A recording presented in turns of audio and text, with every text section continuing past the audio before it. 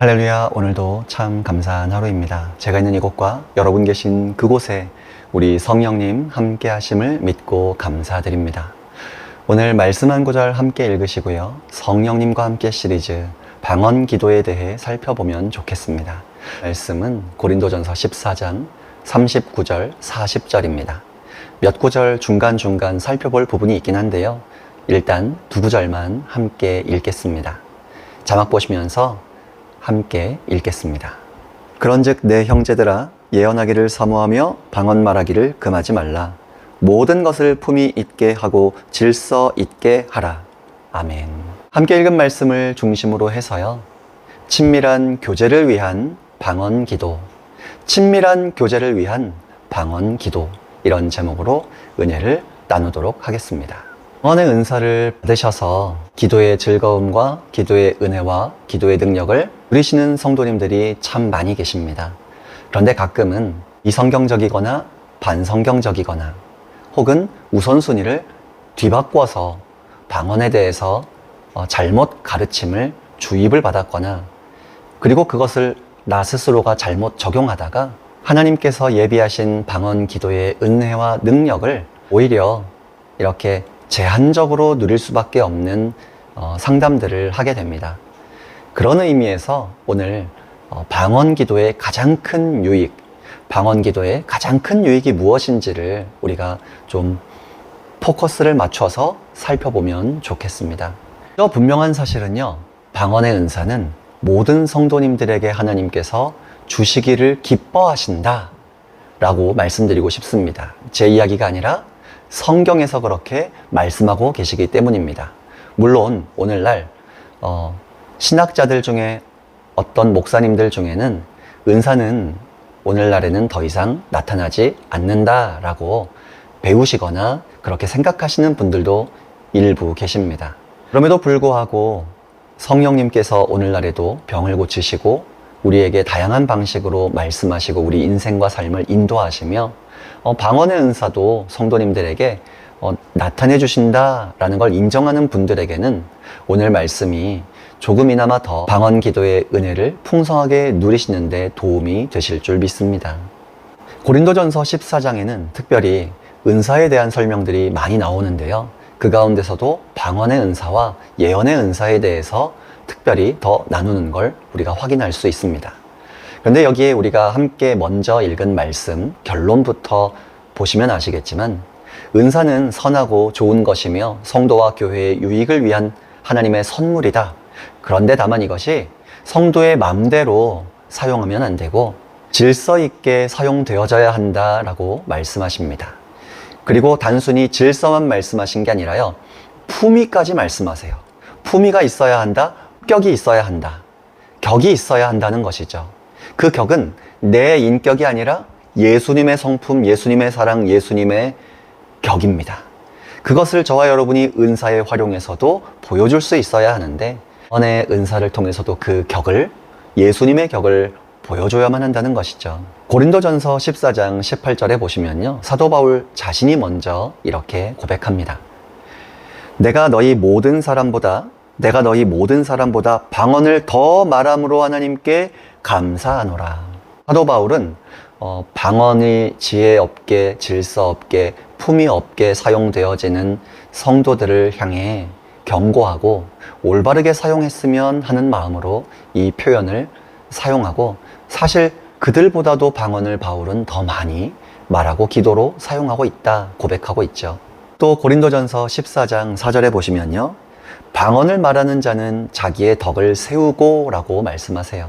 자기의 덕을 세운다는 건 영혼의 성장, 영적 성장과 성숙에 방언의 은사가 방언으로 기도하는 것이 엄청나게 유익하다는 겁니다. 그러므로 모든 성도님들이 자신의 영혼의 성장과 성숙에 도움이 되는 방언의 은사라고 오늘 말씀하신 이 은사를 하나님 나도 원합니다 라고 하시면 반드시 주신다는 겁니다. 그래서 나는 너희가 다 방언 말하기를 원한다. 다 방언의 은사를 받았으면 좋겠다는 게 내 생각이다 라고 성경에 기록되게 하셨어요. 그것은 곧 하나님께서 원하신다는 말씀과도 같습니다. 그러므로 신앙 성장을 원하시는 분들은 말씀의 은혜도 사모하시고 예배의 은혜도 사모하시고 봉사와 섬김과 구제와 헌신과 선교 다양한 은혜를 다 사모하시잖아요. 마찬가지로 방언의 은사도 함께 사모하신다면 금상첨화가 될 줄 믿습니다. 그런데 한 가지 우리가 주의했으면 하고 꼭 나누고 싶은 게 있습니다. 오늘 유튜브가 활성화되면서 은사에 있어서, 특별히 방언 기도의 은사에 있어서 치우친 사람들의 영상들이 많이 돌아다니고 있다는 겁니다. 가령 이런 제목들이 우리의 마음에 자극을 주죠. 막 도파민을 자극해요. 여러분도 많이 들어보셨을 겁니다. 초자연적 돌파가 일어나는 1시간 방언, 기름 부음이 풀어지는 90분 방언, 성령의 불 떨어지는 3시간 방언, 5시간 방언 기도회, 10시간 집중 방언 돌파 기도회. 여러분, 이거요, 송출하지 않고요, 우리 교회에서요, 방언의 은사를 받은 성도님들과 아직 못 받았지만 방언의 은사를 인정하는 성도님들과 함께 있을 때 하시면 좋다고 생각합니다. 근데 이것이 왜 문제입니까? 사도 바울이 우리 모두가 다 방언의 은사를 받고 방언으로 더 기도를 많이 하기를 원하지만 품위 있게 질서 있게 하라고 했거든요. 방금 읽어드린 유튜브에 이렇게 막 한참 돌아다니는 유행같이 번진 이 방언 기도회, 이 영상과 생방송 라이브 송출되는 내용들에는 기도의 본질이 일단 빠져 있습니다. 여러분, 기도의 본질이 무엇입니까? 우리 성삼위일체 하나님과 친밀하게 교제 나누고 동행하는 데에 하나님 주신 가장 대표적인 은혜의 수단이고 방법입니다. 듣는 기도도 하나님과의 친밀한 교제가 첫 번째 목적이고, 부르짖는 기도도 하나님과의 친밀한 접촉과 만남이 첫 번째 목적이며, 다양한 형태의 기도 방법들을 우리 배우지 않습니까? 그 모든 기도 방법의 첫 번째 목적은 하나님과의 친밀한 교제입니다. 마찬가지로 방언 은사, 방언 기도도 우리 성삼위일체 하나님과 친밀하게 교제 나누는, 하나님과 마음과 마음이 영적으로 접촉이 일어나는 친밀한 교제의 시간이다. 이것이 첫 번째 목적이라는 것을 반드시 기억해 주시길 부탁드립니다.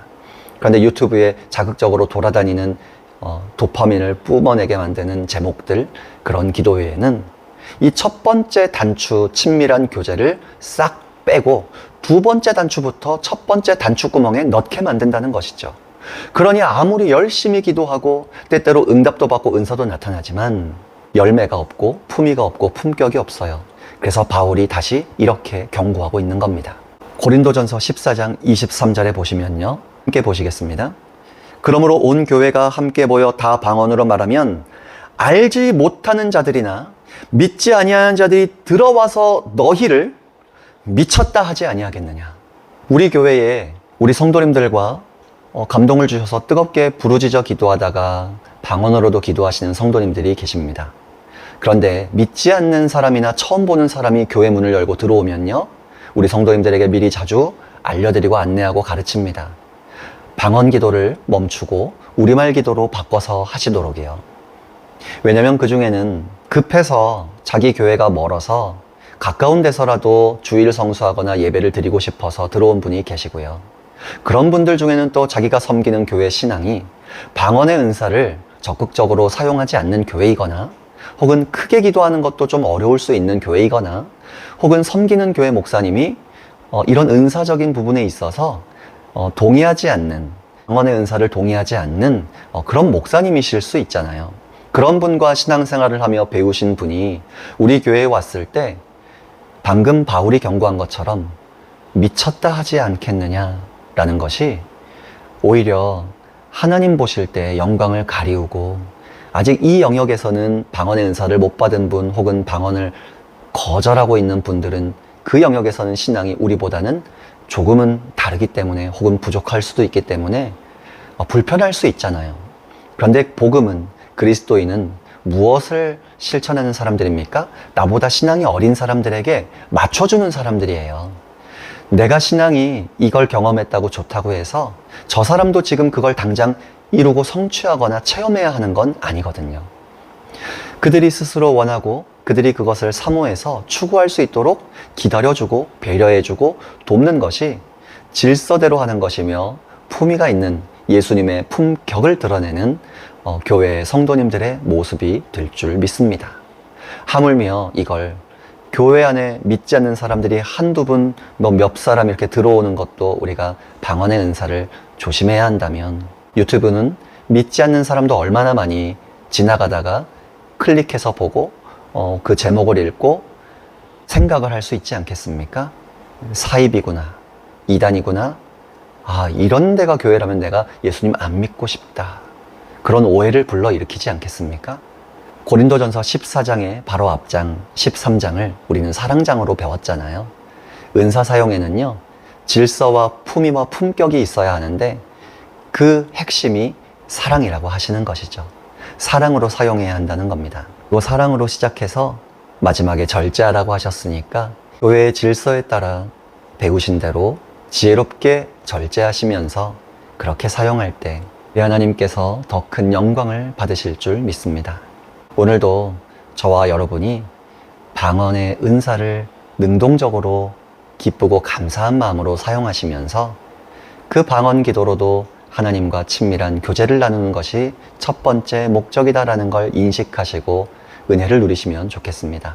한 가지 부탁드리고 싶은 것은요, 방언의 은사로 기도하다 보면, 방언 기도를 하다 보면 종종 나 자신이 먼저 친밀함을 깊이 누리면서 예수님의 마음이 이렇게 부어지고 중보기도의 제목이 임하는 경우가 참 종종 많이 있습니다. 그래서 그 마음을 따라 중보기도 하는 데에 방언의 기도를 사용하시고 입으로는 방언을 하시고 감동 주신 그 내용을 생각으로는 우리말로 또 이렇게 중보기도도 하시면서 예수님의 눈물을 닦아드리는 중보기도의 방언의 은사를 능동적으로 풍성하게 사용하시면 좋겠습니다.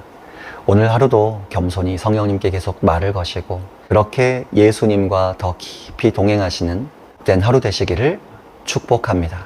수고하셨습니다. 할렐루야.